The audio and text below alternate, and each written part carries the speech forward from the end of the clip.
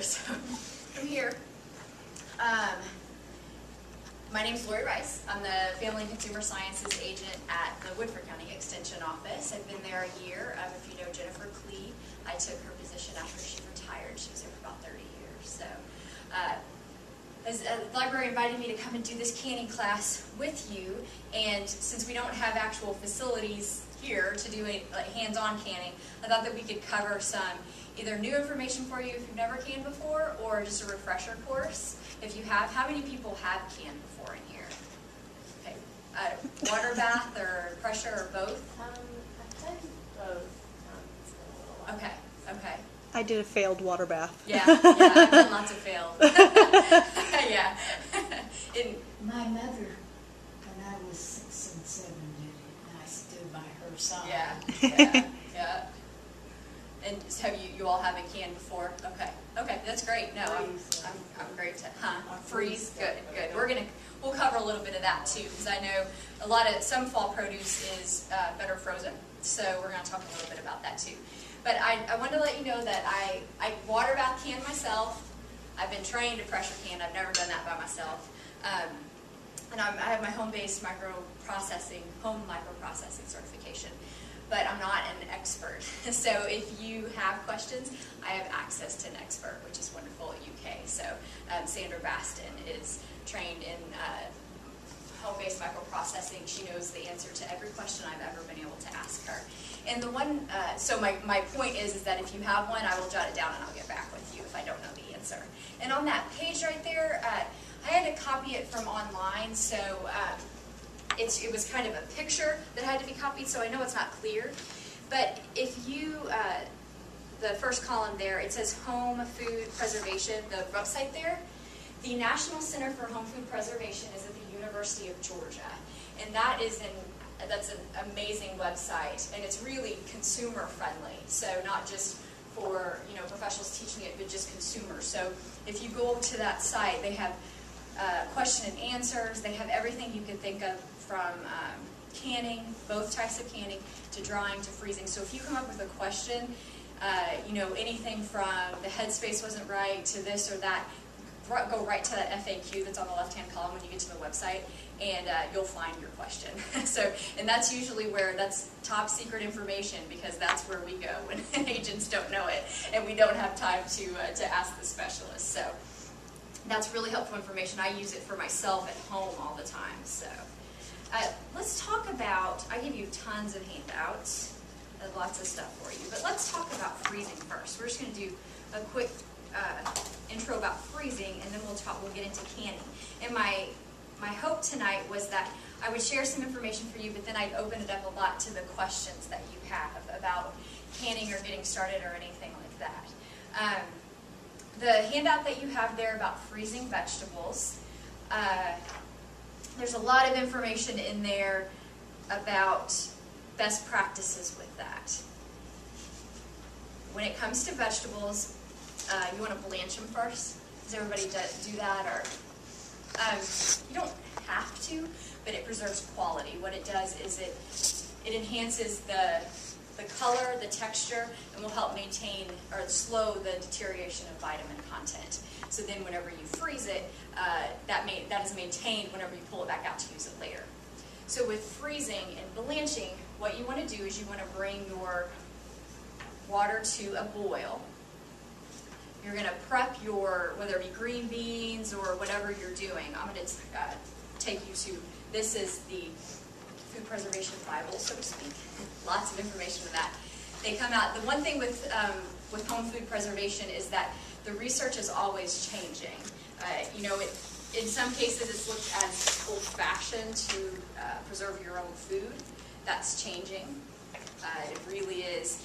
But with that, there's also ongoing research all the time. So when you have practices that Grandma did or Mom and Dad did, I've had so many calls this summer, and we have a series of questions that we go through to kind of figure out what the canning process is. So there's things like canning in the oven and flipping the jars upside down and not water bath and all that kind of stuff. You can't do that. If you could do that, you got lucky, and you can't do it anymore. And the best explanation that I have for people that say, that try to convince me that it's okay, is that our produce, our food practices, our food system is very different. Whether you view that as a good or a bad thing, it's very different than what it was when those processes were being done. And there might have been, in some cases, there might have been a time when that was the research-based information, but we continue to do research and find out what's safe, so it's changing. And so that's why companies like Ball, you want to look at Ball, you want to look at anything that comes from the USDA, you want to make sure that your recipes come from those sources or are approved by those sources so that you know that they're safe. And so the Blue Book comes out every few years with updated information. I just find that it's the easiest resource to have. Plus, they have a lot of good recipes in here. This is the newest edition. And if you turn to page 90, which is all the way in the back, there's a section on freezing. Actually, kind of turn to, is it on there? Yeah, 91. It's kind of all mixed in there.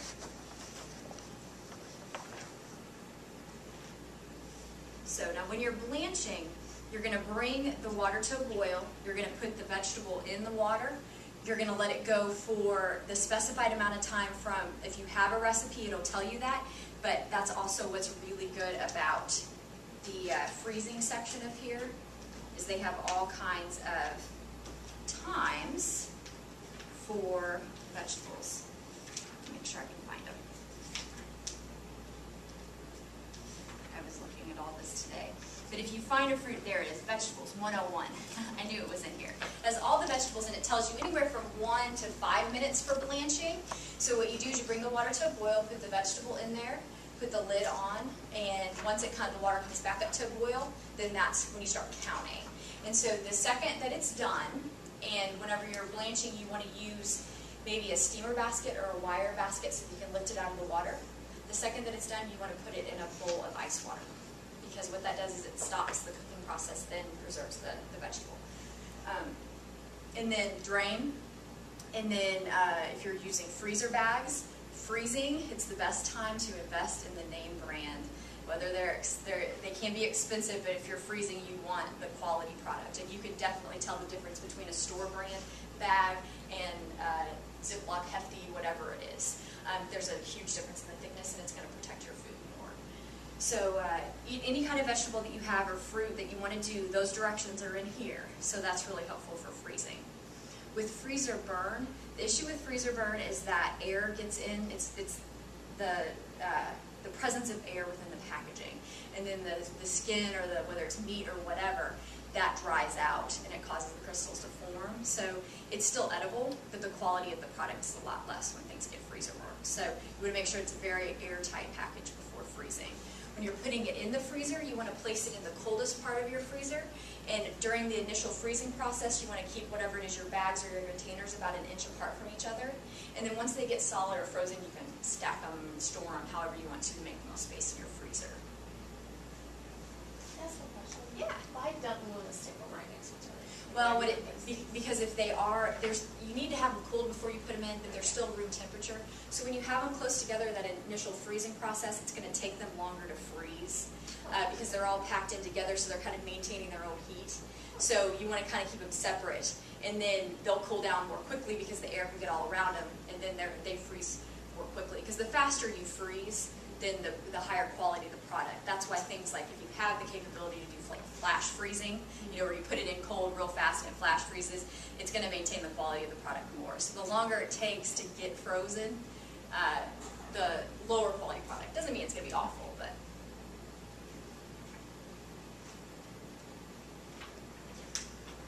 Okay. And I know we just kind of went over that a little bit. There's thawing procedures in the book as well. Vegetables don't need to be thawed before using or cooking with them, like if you're putting them in the crock pot or something like that. In fact, they maintain a better quality product if you don't thaw them. The exception are greens and corn on the cob. Those cook better if you thaw them just a little bit before you do so.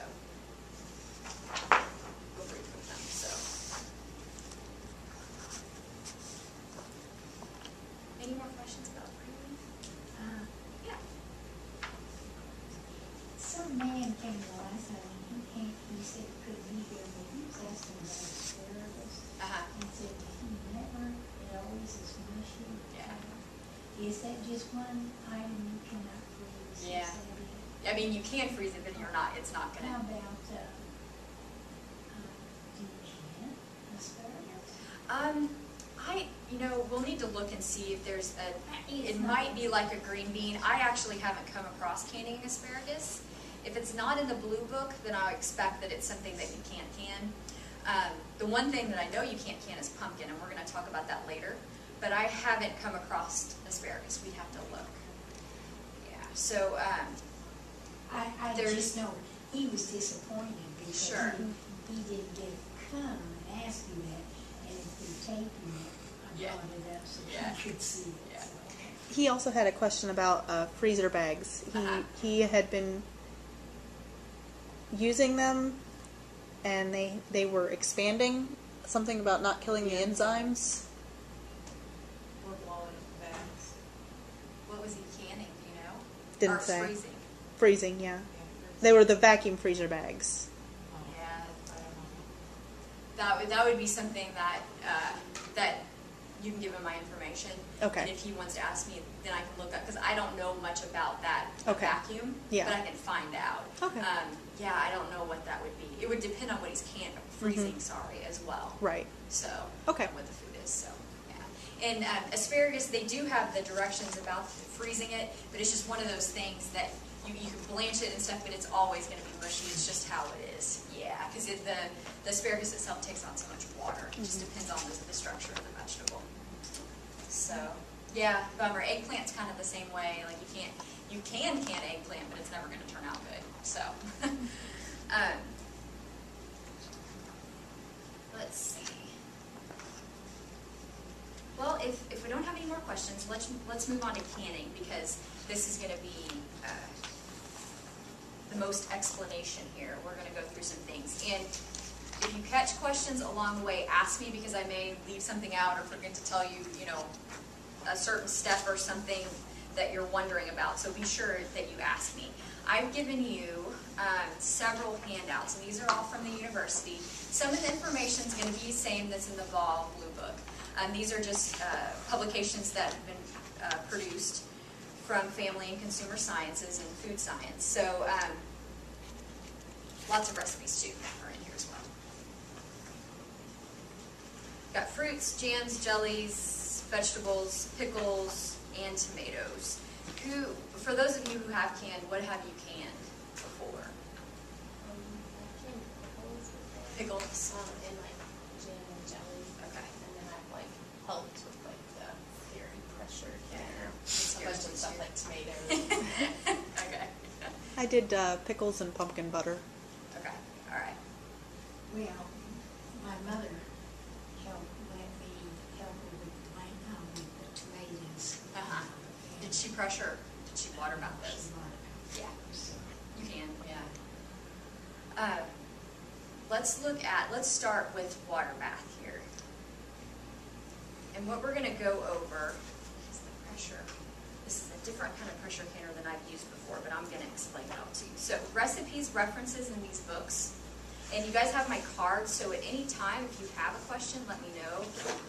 When you get back home, if you're in the middle of doing the canning, you can call or email me. Email's really good. I can get that if you're canning at 10 o'clock at night. I'll try to answer it. So email's really good, or text. So whenever we're doing a high acid food, we water bath. High acid foods are anything with a pH below 4.6 or below. So those are things like your tomatoes are included in that, but your jams, jellies, pickles, those kinds of things. Those are what are also considered low-risk foods. So they're high acid and they're low risk. So your low acid foods are your things like your vegetables, meats. Does anybody can meats? my mother, I'm sure, yeah. Yeah. And I think my great-grandmother did, and because my grandma didn't can that much. But, yeah, I don't know if anybody still does meats or not. It's Well, interesting. Is it the same as doing meats in like soups and things? You can, yeah. Yeah. That would be part, like if you did vegetable soup or something like that and it had meat in it. But lots of like chicken parts, yeah, chicken and stuff like that. It can be canned if you want to do that. So the one thing that we're concerned about when it comes to canning is there's lots of things with growth of bacteria, molds, yeast, and those kinds of things, but the biggie is Clostridium botulinum. Have you guys heard of that? Okay. My background is in nutritional sciences, and they scared me so bad in my microbiology class about Clostridium botulinum that I was 31 before I started canning. So I was just, my mom did it, but I was just so scared because it is a scary thing, and that's what I tell people who are using what old-fashioned practices that aren't up-to-date practices, is that it is a really scary thing. There's only been 2 cases of Clostridium botulinum in the U.S. in the past 10 years, and both of those were green beans. So it's just something to pay attention to. It's just really important that you do the right thing, that you do what's right with your recipe, and also that when you're canning, you're canning. You're not doing anything else. No phone calls, yeah, there's some waiting time in between and that kind of thing, but especially with the pressure canner and that, and making sure that you're staying at the right weight and all that kind of thing. You want to make sure that you're there and you're present, you know what's going on, so that you don't make any mistakes.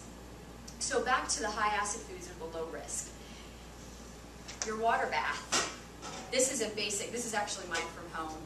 Got it at Walmart. There's aluminum pans, so your silver colored pans, and then there's these enamel covered pans, and they work fine. One question that I do have quite often is the flat top stove, and can you can on a flat top stove, the newer surfaces?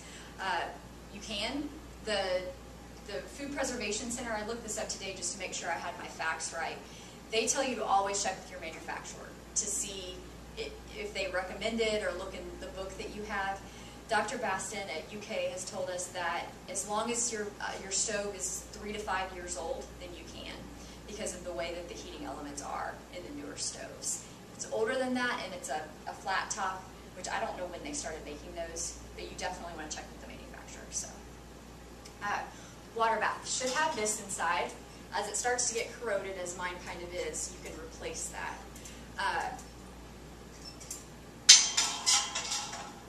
Your jars. So let's talk about jams and jellies. Okay. You're going to follow your recipe, which the Ball Blue Book has tons of actually really good jam recipes and things like that. One thing to keep in mind is that salt and sugar is not for preservation or safety. That is for flavor, color enhancement. Sometimes the quality of the product, it just depends, but it's not for safety. So if you want to cut salt out of something, or you want to reduce the sugar, like I do a lot, especially when you see that jams have 6 cups of sugar in them with the fruit, you can do that. It's not going to affect the safety. So follow your recipe, unless you're going to alter the sugar or whatever. With your jars. Does that bother the consistency of it? It can. That's where it comes to quality. So if you're wanting to do that, there are some low sugar and low salt alternatives in here, but a lot of them use no sugar pectin and artificially sweetened pectin. So it's kind of an experiment. I used demerara sugar a lot, which is a raw cane sugar, and I did that with peach jam last year, and it worked fine. The jam was very brown, but it tasted good. So there are some altered recipes in here. So with your jars, with preparation of your jars, these are half pints. These are pints. The quarts, you all might do some quarts. The quarts, really, you don't get into that unless you're doing tomato sauce or green beans or something like that. I guess you could do salsa in quarts if you think you're going to eat that much or need that much. But most people, these are the sizes that they're going to be purchasing. Ball, Care, Mason, you want Mason jars. The jars are very important. The type of jar is a Mason jar. Ball, Care, they all make them. So, and Ball might own them all at this point, I don't know. But buy the jars that they have at the store that are in the canning section that are the name brands, and then you'll be okay. They're usually all about the same price anyway. So you want to make sure that these can be reused, the rings. They can be reused as long as there's no rust on them, as long as they're not dented.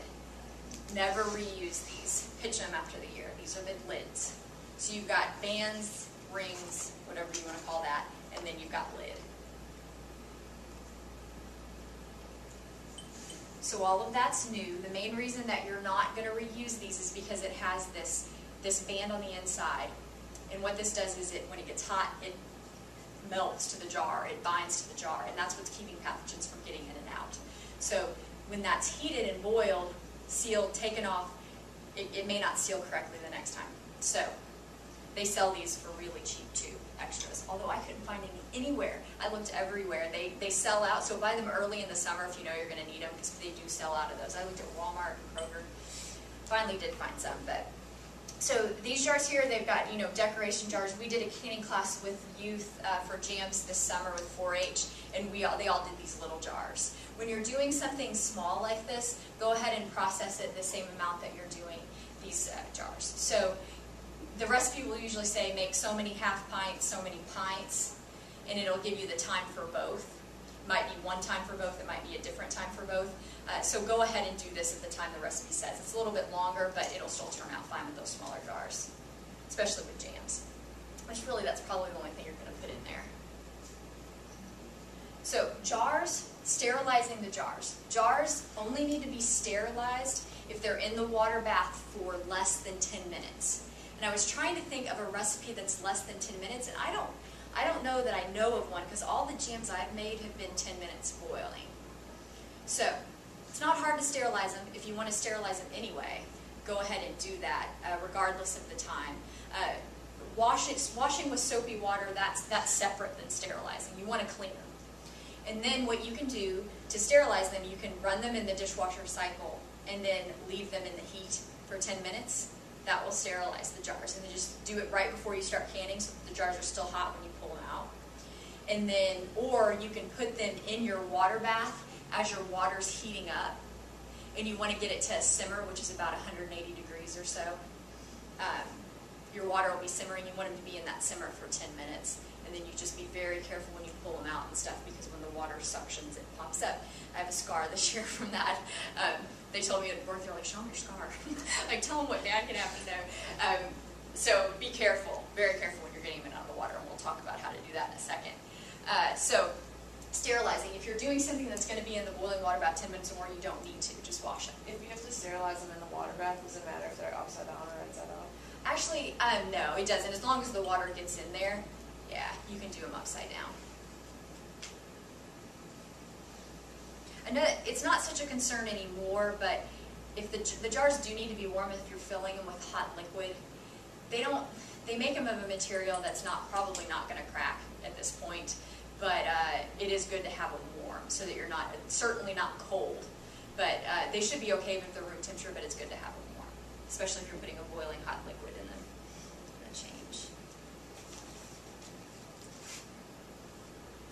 Let's look at page, it's the first page here, 3, close enough to the first page. What this explains is the temperatures that you're reaching whenever you're canning. So when we're doing a hot water bath, we want the food to reach 212 degrees. Okay, so we want it to be a rolling boil. That's not something that you necessarily need to measure. You know if your water's at a rolling boil that it's at that temperature. And so then the recipes, by using an approved recipe, you know that the food is in there long enough that it's going to be heated to that temperature all the way through. That's the goal. Especially, if you are pressure canning or something like that with green beans or something, you want to make sure that the very, very center point of that is hot enough for long enough. That's the goal, to kill anything that's in there. So there's your temperatures there. When we're using a pressure canner, it gets up to 240. And obviously foods that need to get up to 240 are the ones we have to pressure can. When you're using a hot water bath, you're heating by convection. And whenever you're using a pressure canner, you're heating by conduction. So it's a little bit different of a process. So we have our jars cleaned and our bands and lids washed. These need to be heated just a little bit before they are ready to use. The one thing is that you want them to be in a simmering water. You don't want to boil them, because boiling can break down this strip here. So you can put them in a saucepan, add a little bit of water, put it on low on the stove while things are going on, while you're heating your water and making your jam and that kind of thing. So 10 minutes for those in simmering water.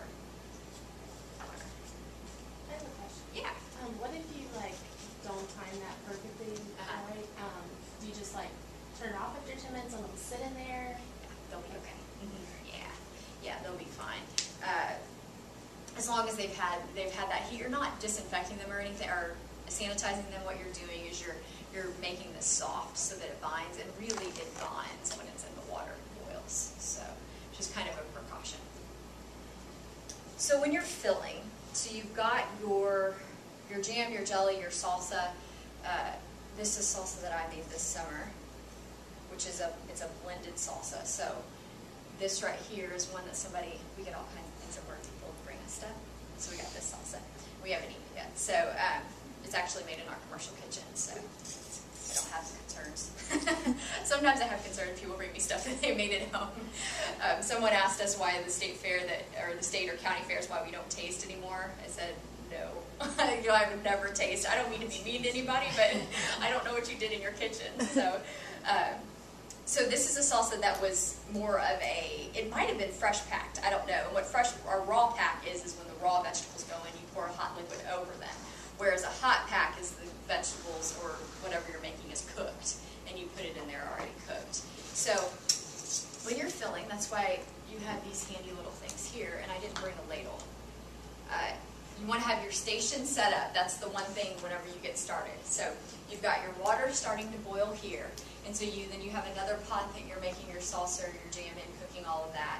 And then I usually lay out a dish towel, a cooling rack where the jars are going to go afterwards. And then you've got your jars are either already sanitized, you pulled them out of the water, lay them on the dish towel, have an extra dish towel to wipe the rim, because you always want to make sure the rim's nice and clean before you put that band on, so that there's no food, because if there's food particles on there, it's going to cause this not to seal correctly. So back up a little bit. You're going to fill your jars to the appropriate amount of headspace that's listed in your recipe. It's typically 1 inch for low acid foods, so green beans, those kinds of things. A 1/2 inch for high acid foods like tomatoes, and then about a 1/4 inch for your jams, jellies, pickles, your low risk foods. So those are recommendations from the Home Preservation Center. If you're following an approved recipe, follow your recipe for what it says. It will say in there a half head. Go ahead. What happens if, like, say something happened, I don't know, and you are left with an amount that's just like half? Can you still can that, or should you just put it in the fridge and eat it? You should put it in the fridge and eat it. I mean, you can go ahead and put it in the canner, but you still need to eat it within 3 days or so and pop it in the fridge. The reason being is that it can cause, because of the different amounts of air in there, it can cause the product to bubble, and then sometimes the bubbles and different things can push off this during the process, and so it can lead to an unsafe product. It's just kind of, that's actually one of the questions on, I had it the other day too, on the website, that the headspace is important because it has the right amount of liquid to air in there, and so if things bubble up, it could cause that to come off just a little bit, and then it doesn't seal properly during the cooking process. So. And it's always hard to, I mean, I follow recipes and I usually have less than what it says, and so, you have to be a little prepared to just go ahead and eat some of it. You're always going to have a little bit left over. Some people might get it perfect. I never do. So you're going to ladle. Ladle is one thing I didn't bring that you're definitely going to need. The product in here, and then usually get yourself a tablespoon or so, because you're going to be adding a little bit or taking a little bit away so that you can get the proper headspace. If you will turn to, let me find this for you again, page 11. It shows you, because people that have been canning for a while that are really good at canning can just look at their cans and tell you what the headspace is. So really the rims on the jar, you don't have to measure every time. I still measure every time, but that's because I have this. And if you don't have one of these, they're about $6 for a ball kit, so I would say just go buy one because they're really handy. You'll get all 3 things in the kit. And this is your headspace checker and bubble remover.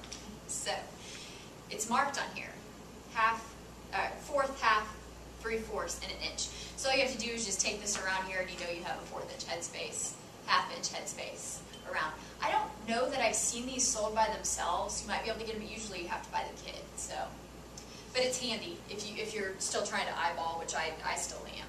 And then if you're doing something like pickles, even jams, you're going to use that to get the air bubbles out. And that's basically just taking it in there and kind of moving things around, getting the air out.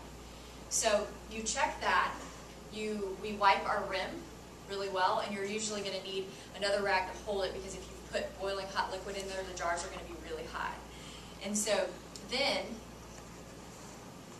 I don't think I brought mine. You're going to need this. It's in that jar somewhere. I just forgot to get it out. This comes with the kit too. I thought there was something missing. So you've got these in your saucepan. And so if they're kind of warm, that's what this is for. And so you've got your magnet, and you've got your clean lid, and then you just pop that on there. You don't have to dry it off. No. Well, you kind of shake the water off. You don't want a lot of water on it, but you don't need to towel dry it off. Just let the water drip off. And so that's on there, and then your ring or your band is just you don't even have to do it tight. You just want it to be, a term is escaping me that we typically use, but you're just going to take it till it gets a little bit tight.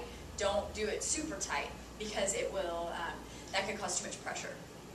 When it comes out, they might be loose, and that's totally fine, because the band really isn't doing anything. You want this to seal. So you just want it on there just a little bit. So you've got those going, you've got them all filled, and you've got your lid on. You're going to take your jar remover. You're going to set it down in the water bath. Should have talked about this before. With the water bath, depending on what jars you're going to use, it's 1 to 2 inches above the jar, the top of the jar. So typically, when I'm doing pints, I usually go ahead and fill it up to here, and then the water will kind of evaporate and things like that when it's boiling. So it'll be about 1 inch whenever the jars go in. If there's more than 2 inches, is that a problem? I haven't gotten that question before. Unless you're using quartz, I don't know in a thing like this that you can get it to. I don't know that you can get above 2 inches, because I've got it pretty well full to here. I can check on that, but I wouldn't think that there is. Okay. So I can't think of any logical reason, scientific reason of why it would, but I can check on that for you. Okay. So you've got your jars in here. You want to make sure that the water comes back up to a boil before you start timing. So it has to come back to that rolling boil, because when you put the jars in there, it's going to drop the temperature a little bit. So you got to let it sit just a little bit, depending on how hot the water, how heavy the boil is. It's always good, especially if you're doing a lot of canning, if you're going to be doing several batches, is to get a tea kettle and fill it with water and have it boil and just leave it hot. Because if you get to the point, say you're on your second or third batch, your water is going to have evaporated. So when you put that last set of jars in there, it's not going to be 1 inch over the top of them. So you want to add hot water, because if you had cool water, it's going to drop the temperature, you're going to bring it back up to boil. It's going to be a long process. So it's always good to have some hot water on hand while you're canning. So after your jars, this is one thing with canning that I didn't know, is I was upset because they didn't seal in the water. They don't seal in the water usually. Sometimes they do. They seal when they're cooling. So that's the noise that you hear. So with the water bath, the National Center recommends that you let it sit 5 minutes, but there's no real reason for that other than boiling hot water safety. It's not a safety with the food. So as soon as the time's up, I typically take mine out of the water. But we know what happened. Just kidding. So you just you're going to take your jar out, and then I take it back over to the towel that I'm on, and I let that sit, being very mindful of steam burns and those kinds of things the whole time. You want to be very careful. That's why it's so important to pay attention. So I get all the jars out, and then I put them on the cooling rack. So I have one that's elevated off the countertop, and that's where you leave them set. And again, you want to leave a little bit of space in between so that they can cool all the way around. So about 1 inch or so. You don't want to stack them all up on there. So if you're doing a lot of canning, you want a lot of space to let them cool. So as they're sitting there, they're going to cool, and you're going to hear the tock, tock, tock, tock, which is the top sealing. It's this little thing going down. So if you don't hear that, don't worry, because they might have sealed when in the water. Some of them do, some of them don't. You want to let them sit for 12 hours and don't touch them. because messing with the cans or moving them, I actually upset one of the high school girls in the gym because she kept going like this. I said, don't. It had been a long afternoon. I was like, don't do that. I said, because what happens when you do that, I said, is you've done all that hard work and then you mess it up. And that upset her because I just thought I was telling her she messed it up, but I wasn't. I was just like, don't touch them, because they were all over there ready to touch them as soon as they came out of the water. But you want to leave them for 12 to 24, but at least 12. And then you want to go and you want to go like that, and they should not go down if they're sealed. So that seal, Yeah, my mother that's always sealed. turned them upside That's down. sealed. So Yeah. that's not, Yeah, I have. you don't do that. No, you can't ensure. I mean, it goes back to any kind of bacteria that might be in them. So the water bath canning process is getting everything to temperature on the inside to kill anything that might be in there, and it seals it so that no pathogens can go in or out after that happens. So you're doing that. Yeah, I know. I'm just checking to see what I remember from. Yeah, and my mom did pickles with just the hot liquid on it and put the tops on and they sealed. So, and I'm still here. So, but we don't want to do that. Can you let them cool, like after you do the water bath the right way, can you let them cool upside down? Is that going to mess anything up? I wouldn't do that. Okay. I don't know that it's going to mess anything up, but I've never seen that as a recommendation. Okay. I mean, have you heard that before? I'm pretty sure that's how I screwed up my batch. Okay. Okay. All I was right. combining methods and I let them cool upside down and they didn't seal quite right, so. Yeah, just leave them up. They should be fine if you do it in Okay. the water. Okay. Yeah. You were mixing like 2 different methods. Yeah, well, I had canned with my grandma, and she did Yeah, the yeah. pickles upside down, Yeah. and then I was doing other things later. And Yeah. And that's how we learn. Mhm. My great aunt is 83, and she canned she preserved like 500 cobs of corn. I don't know who's going to eat that. But she and my uncle still produce that much food. My whole family's wondering who's going to eat that. But they had that. They want to preserve everything, So that was the most I've heard of. But the processes that side of my family has used have been a lot like that, like what my mom did and things like that. So they'll be fine sitting up. They'll seal. Okay. So these are all sealed, so you touch them. If they have not sealed, you can process them if it's been within 24 hours. So what that means is that you want to, How are you going to know again if they're sealed? if they're sealed, they will not pop. If they haven't sealed, they're going to do that. Yeah, that's how you'll know. I read 2 different recommendations today, so I'm going to share those with you. One second. I will find the question here.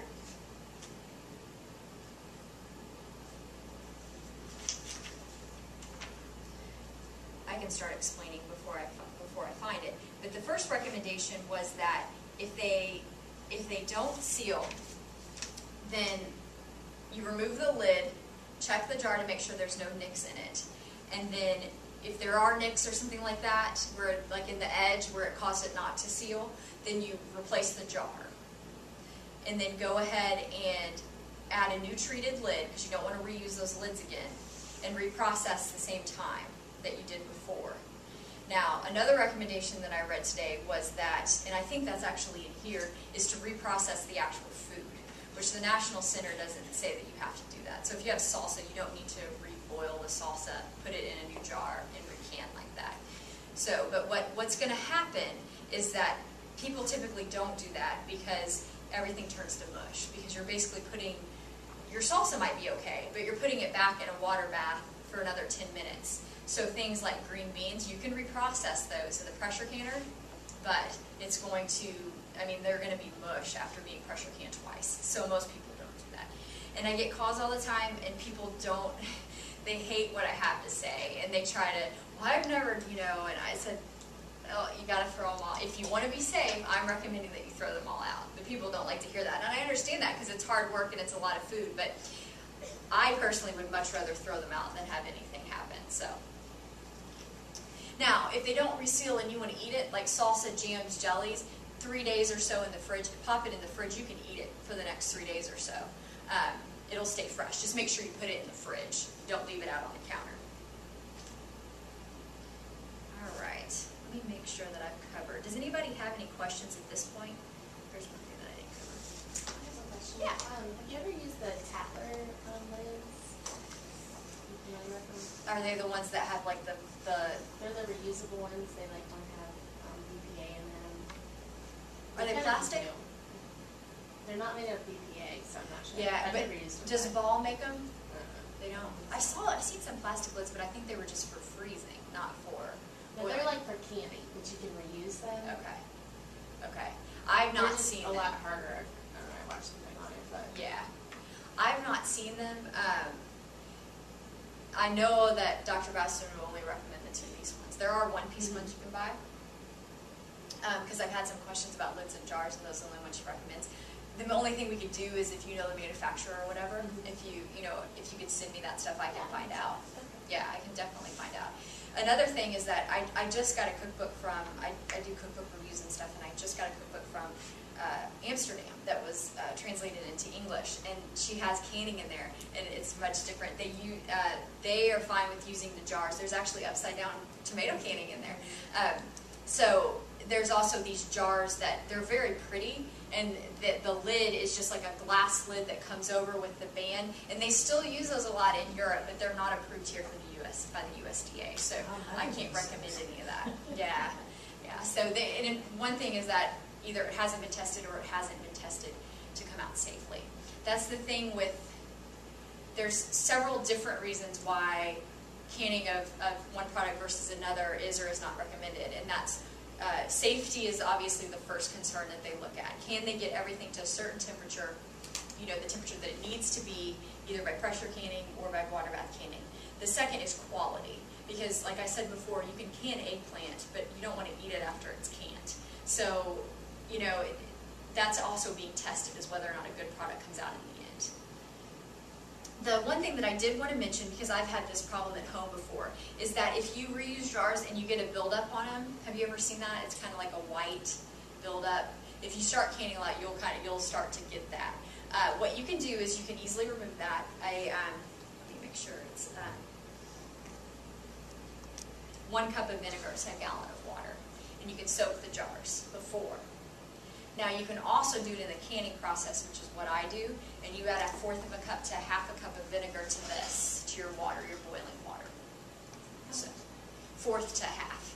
It's kind of, I honestly just pour some in, because it's not doing anything to the food, it's just in the water. And what it does is it helps to get that film off, or it helps, in that case, it helps prevent the film from forming. Because I had a couple jams and stuff that came out, which just ate ourselves. It's not a big deal, but if you're giving it to somebody or whatever, you don't want that on there. Okay, let's talk about the low acid foods in the pressure canner. Does anybody here want to pressure can, or planning to pressure can, or try it? Yeah. I did this in a pressure canner whenever we were trained as agents. So this is stewed tomatoes, and what you'll notice about tomatoes is that, let me find the page for you here. Let me see if 22 is big. So I'm going to explain the difference to you. Tomatoes can be done in either a water bath or a pressure canner, but it's very different as far as the times that you need to do them. So if you're wanting to do them quickly, you want to do them in a pressure canner. So if you turn to page 22,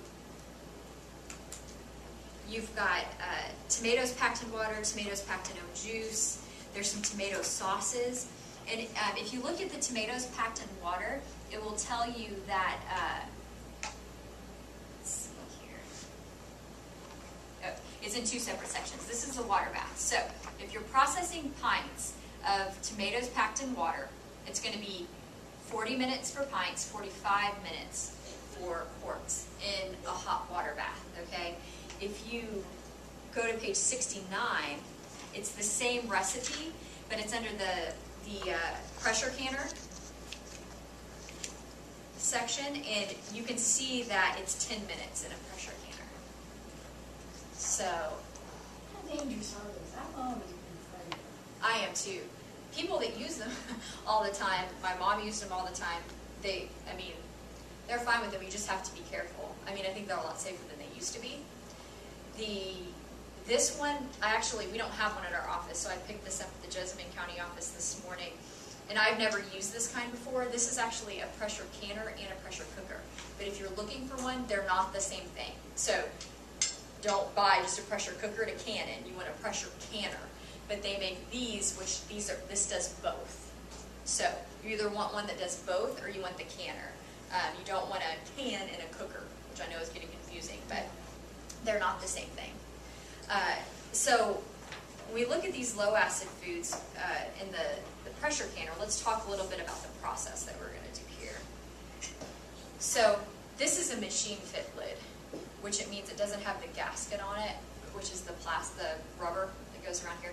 And they're made out of a material now that you almost never have to replace. So if you have a very old pressure canner, you might want to buy a new one. I know that it's good. I mean, I would keep one that, my great-grandmother had or something like that, but I don't know that you want to use it for canning. If you can use it and you're getting all the right processes, which I'm going to talk about here in a second, then it's probably okay.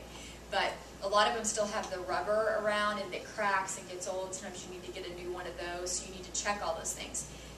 With this lid for it, I actually had somebody bring one of these into the office just this week, and none of us had seen this kind before, because we'd never seen a machine fitted that did both before, because we have a tester. And every year you want to have your pressure canner tested. If you have a dial gauge, and this is a dial gauge. If you have a weighted gauge, which I know this is confusing because this has both, but picture that these are two separate things. This is actually what my mom uses, and maybe you all have seen it before. It's the one that jiggles, the weighted gauge. These typically, unless you drop them or damage them or they have a dent in them, you don't need to test these. They're going to be 10 pounds. But if you damage them, then you want to get a new one, like if you dropped it several times or something like that. What we do with the dial gauge is you would bring this lid in and it sets on something, and I pump the little machine up to 10, and if this goes up to 10, then you're good to go. If it is a pound off, then you need to send the lid back to the manufacturer or buy a new one. So it's just calibrating and making sure that it's the right pressure. So, and that's something that we have in our office that we can do anytime somebody comes in. Yeah. How much does something like that cost? That's a good question. This one I don't know. I know that pressure canners can be a lot more expensive than those. I think that was 20. I think pressures depending are 60 to 80. Okay. Depending on what kind you get. This double one, I don't know. I can find that out. Okay. Very easily. That's one thing I didn't check coming in. In fact, it threw me off a little bit this morning because I called the agent there. I said last night, I said, "Can I borrow yours? Because we don't have one at the office." And I went to pick it up today. I was like, "Oh no!" So I had to learn how to use this today. You have this in the bottom. So what this does is it's a rack, and it keeps the jars from actually touching the bottom of the pan. So there we go. Just put that in there. You're 1 to 2 inches, 1 to 3 inches of water in the bottom.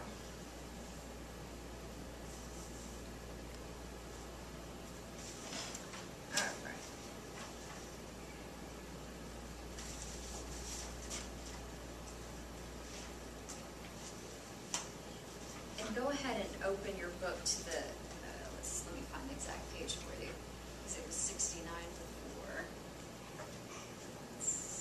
Low acid foods. Actually, we're going to turn to the front of the page, or the front of the book, and we're going to look at page 6 and 7. At the pressure canner section.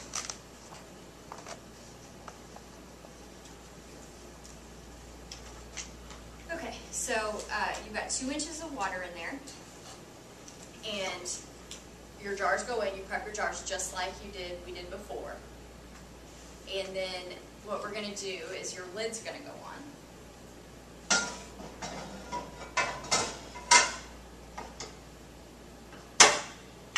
This one does this little snazzy thing where you do this. Usually if you have the handles, it just slides and snaps together. So you just want to make sure it's snapped.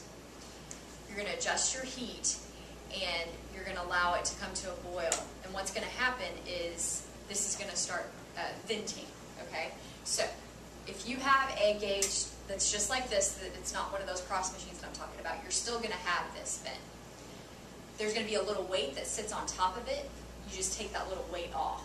It's not one of these weights. It's a little black, kind of sits right there. It's not a weighted gauge. So you'll have your little gauge here. You're going to turn that on. You're going to let it vent, and it's going to vent for 10 minutes. What this means is that it's reaching and it's staying at 240 degrees. That's the temperature that we want it at.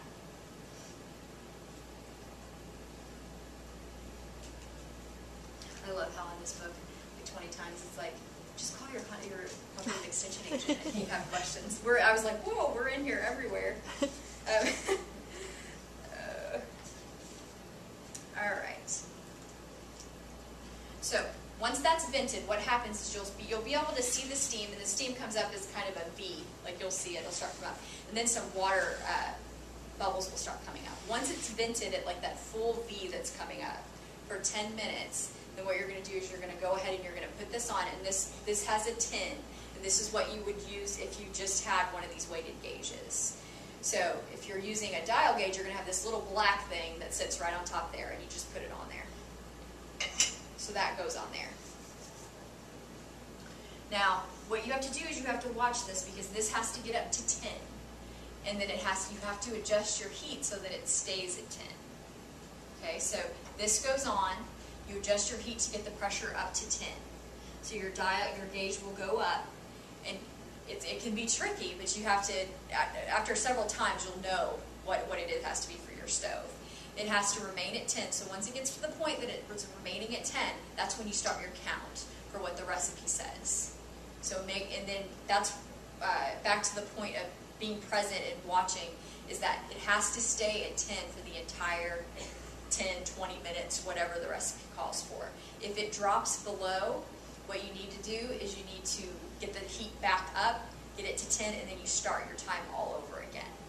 So if you had 7 minutes left, doesn't matter, go back and still do 10 minutes once it gets back up to the pressure, because you have to make sure that the food stays at that 240 degrees, 10 pounds, or 10 psi for that allotted amount of time, a specific amount of time. So that's the process with pressure canning. Typical problems that we have, people will come and say, something didn't seal or whatever. It's typically always the venting. It's either venting or cooling. They don't want to let it vent for 10 minutes for whatever reason, just busy or whatever. That will cause problems. And cooling will cause problems. So the pressure canner, you can't make it cool any faster. That's the one thing to remember. People will have tried putting it in the sink or move it off the stove. When you're done canning, you can leave it on the heat, and it's actually better on the burner. Turn the heat off, but you can leave it on the burner. And it's actually better to do that than to try to move it so that your jars don't get all messed up or fall over or whatever on the inside. So you need to just let it cool until the gauge comes back down to 0, which is going to take a while. And if you don't have that, And you take this off. Yeah. that's what you do. The whole pressure is down if you don't have that. Yeah. And that's how you know it's safe, because you know there's no more pressure in there. So you take this off, you turn the heat off, and when this is back down to 0, you know that if you don't have that. if you don't have that, then that's a good question. I'll find that out for you. If you can, I'm trying to remember my training. Pressure cooker or something went down. Yeah. So the little rubber thing went down. Or it had a rubber thing. Yeah, the rubber gauge. That's a good question. I'm glad you asked that, because we looked at these, but we didn't can with these. So I actually don't know the answer to that question as far as if there's a time. There might be a specific time limit that I'm not remembering for how long it takes for it to cool. So I can find that out for you. So if you have the dial and you have the little weight, you take the weight off, and then you let it come down to 0. So that's when you know all the pressure's gone. The safest way, you always want to make sure whenever you're opening this, is that you open it away from yourself so you don't have steam burn. So that's the biggest thing, is that you open it like that and not towards you. So you open it up, take the jars out with your lid or your jar, lifter, put it on the rack just like you would before, and let it sit 12 to 24 hours. Just like it is before. Check with the finger tap. Make sure it's sealed. If it's not, you can reprocess it if you want to, or you can put it in the fridge and use it up right away.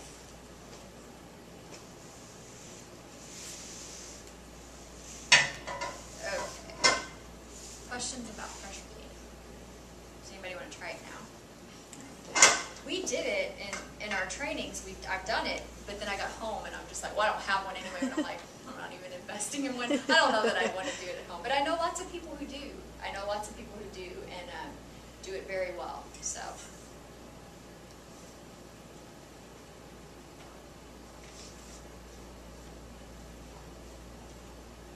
Okay, so we were going to talk a little bit about fall produce, or that was kind of the point of everything, which we're right on time here.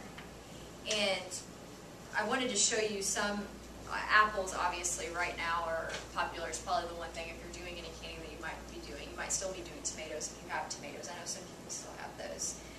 Page 17 in the book, Thaw has a lot of good apple recipes. Everything from the whole fruit like apple rings to apple sauce, apple butters. And then on page 81, you've got salsas. So there's some different salsas that you can do from here. Now, kind of back to the tomato issue with the pressure canner versus the water bath. I have had some people call this summer, and I've asked them what their tomato recipe is, and they're using one that they've used for years, and they don't have any acid in it. And my number one recommendation, if you will look at the tomato sauces and stuff in here, whenever you look through the book, is to always add a tablespoon of lemon juice to a quart. I think it's a tablespoon to a quart. And when you're adding lemon juice, you want to add a controlled amount of acid. So you do want to use bottled lemon juice, because that's the only way. I'm not a huge fan of that, but that's the only way you control the actual acid in it. Because there's no way to know acid in a fruit or vegetable unless you test it yourself. So with a pH meter, and most of us don't have pH meters at home. So the tomato, by adding the lemon juice to it, you're making sure that it's acidic. So, because the thing is that, I mean, we're told, that certain tomato varieties, there's so many tomato varieties, some are more acidic, some aren't, those kind of things. But the truth is, you really don't know unless you test them, because some varieties that are marketed as being less acidic actually have the same amount of acid as far as pH goes. They're just marketed for that way as a taste or indigestion or whatever people are concerned about when they eat tomatoes. So you want to make sure that there is an acid in there, and all your salsas and the canned tomatoes in here, they all have some sort of acid, so which will make it a high acid food, even if the tomatoes originally aren't. So are you saying add the lemon juice like across the board to everything? No, not across, like jams and jellies and things like that. They've got enough sugar and things in them. Right. No, just tomatoes specifically is what I'm talking about. Okay. Yeah. And that's also why when you have salsa recipes and things like that, one of the questions that is on the National Center's board is, can I use my own salsa recipe to can? And the answer is really no, you should use one that's in a book, in one of these approved books, because it has the right amount of acid in it. You always want to use 5% vinegar. Make sure that it says 5% on the bottle, and but whether or not it's apple cider or white distilled, that doesn't matter. But most recipes you're going to find are going to say 5%. It's recommended. Let's see. So that's just sauces, because there's a lot of, I had someone call about tomato sauce, whether or not to put salt in it. I asked her if she was putting acid in it, and she said no, it was just the tomatoes.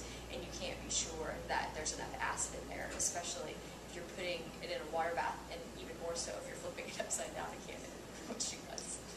So we had to go way back. So, any questions? I have a question. Yeah. Is there any way, like if you did a bunch of math and you tested things, to use your recipe or something? There is.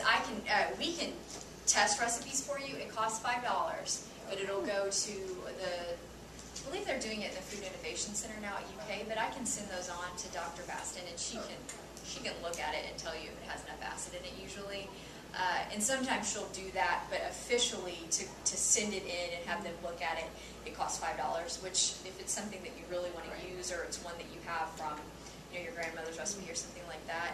And then they, in the same way, they could tell you, well, it could be if you add half a cup more vinegar, or something like that, which can be helpful. So yeah, we can do that. If anybody's interested in home-based microprocessing, just having that certification, it does mean you can sell the product out of your home. We do have those trainings with the university that happen. There aren't any obviously going on now towards the winter, but next spring they'll start up again. There are different areas around the state. And so that's a certification that UK does in collaboration with the Department of Agriculture. So you'll have a certification through the state, and then you send in your recipe and you have to get that approved and a label approved, and then you're actually able to go to the farmer's market with a product that you can in your own kitchen and sell it if you have that certification. How much is that certification? It's only like $50 to take the class. Great. And I think it's $50 to renew every year. I think that's what it is. And then it would be $5 for each recipe that you had approved.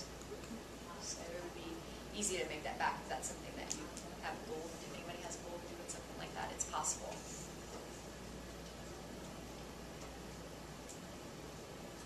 My mother cans her oven.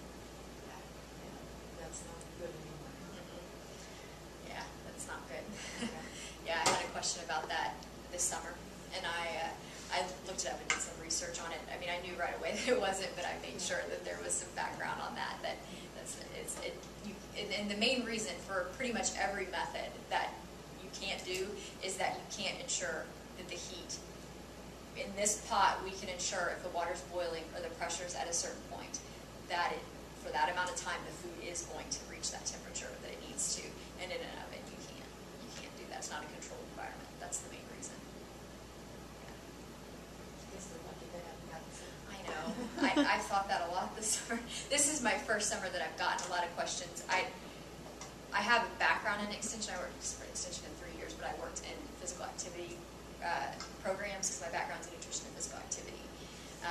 So the areas that I'm covering in this job have been, even though I do a lot of this kind of stuff on my own, have been new in a professional sense. So this is the first year that I've gotten a lot of questions. So it's been interesting. It's good to help people because I don't want people killing off generations. So been tried. I had one lady that called me and she said, I just think water bath canning, I hope it's not even, I don't think it is. Water bath canning jam is ridiculous. I have never done that, but my granddaughter gave me a recipe and it says to do that. So what do I need to do? So, yeah, it's fun. Any other questions? Did I cover everything that you expected me to? Do you have, yeah. You made a comment about not canning pumpkin. Oh, I did. Thank you for bringing that up. That was one food that I did want to cover real quick. That's one thing. It surprised me whenever I took my training, which is why I wanted to bring it up since we're talking about fall foods. But pumpkin that has been mashed or pureed is not safe to can.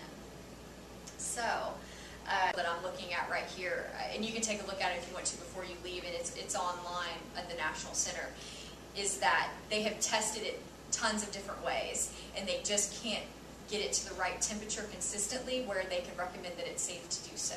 So that's why you're really only going to find pumpkin butter, commercially pumpkin butters and things like that can be done because they have the equipment and the ability to get it to the heat that it needs to be.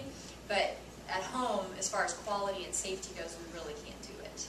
So pumpkin freezes well, mashing and freezing it freezes well. And even it recommends even drying it, which I had never really thought of. It talks about making fruit leather or vegetable leather out of it and putting cinnamon and spices and pureeing it and then doing the dehydrator to make, the fruit leather, which I never thought of either. So. Can you do pumpkin butter? No, that's because as it's mashed. I noticed you made a face when I said that. Did I? Yeah. I'm bad. I was watching for I have a hard time hiding things. I'm bad at that. But for the same reason, though, I mean, you were probably fine.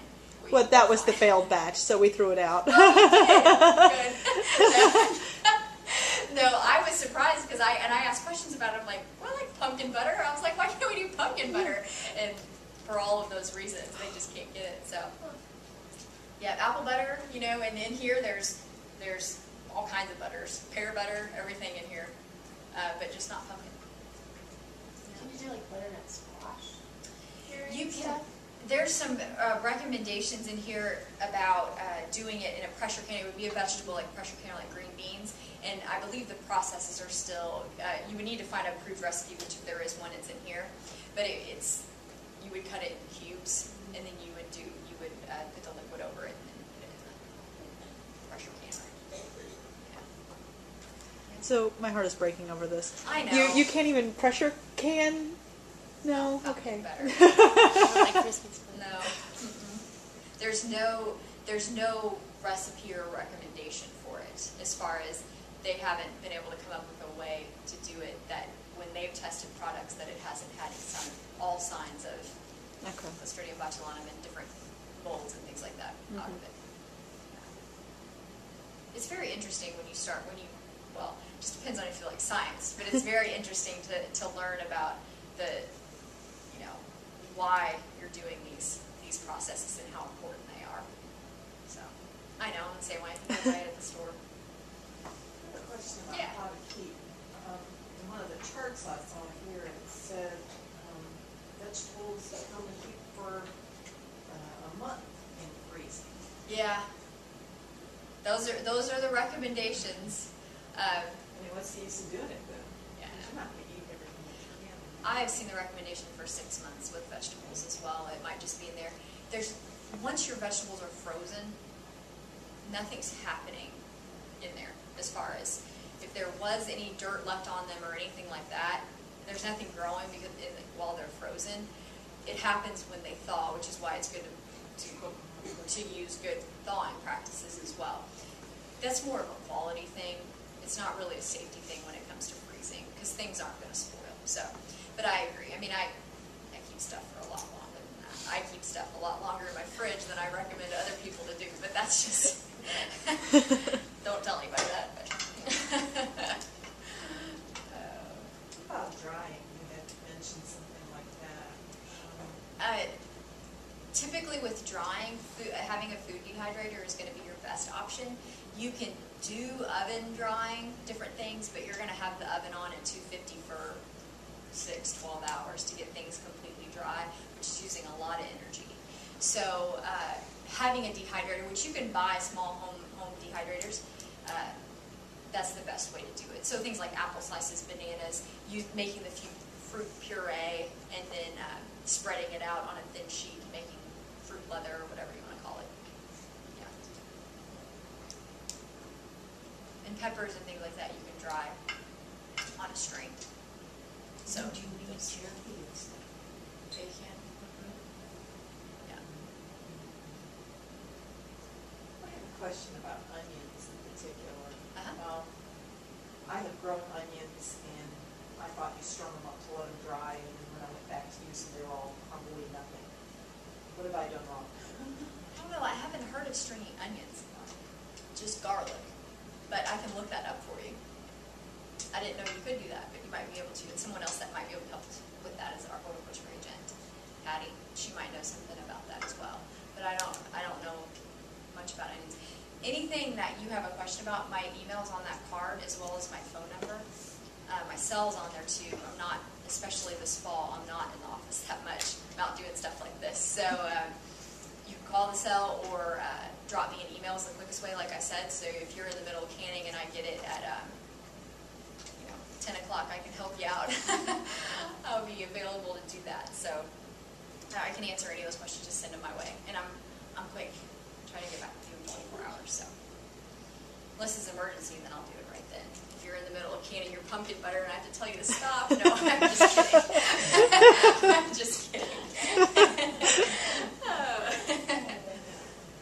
I mean, that's all I have. If people have more questions, feel free to come up and we can hang out and talk about them. Anyone else need to leave? Or did you have some? Good? Thank you. Oh, you're welcome. Thanks so much for coming. Thanks. We're so glad to have you.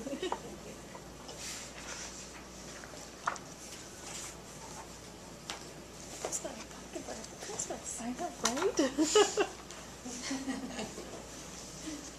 I did freeze one last year. Mhm. Did they get in the?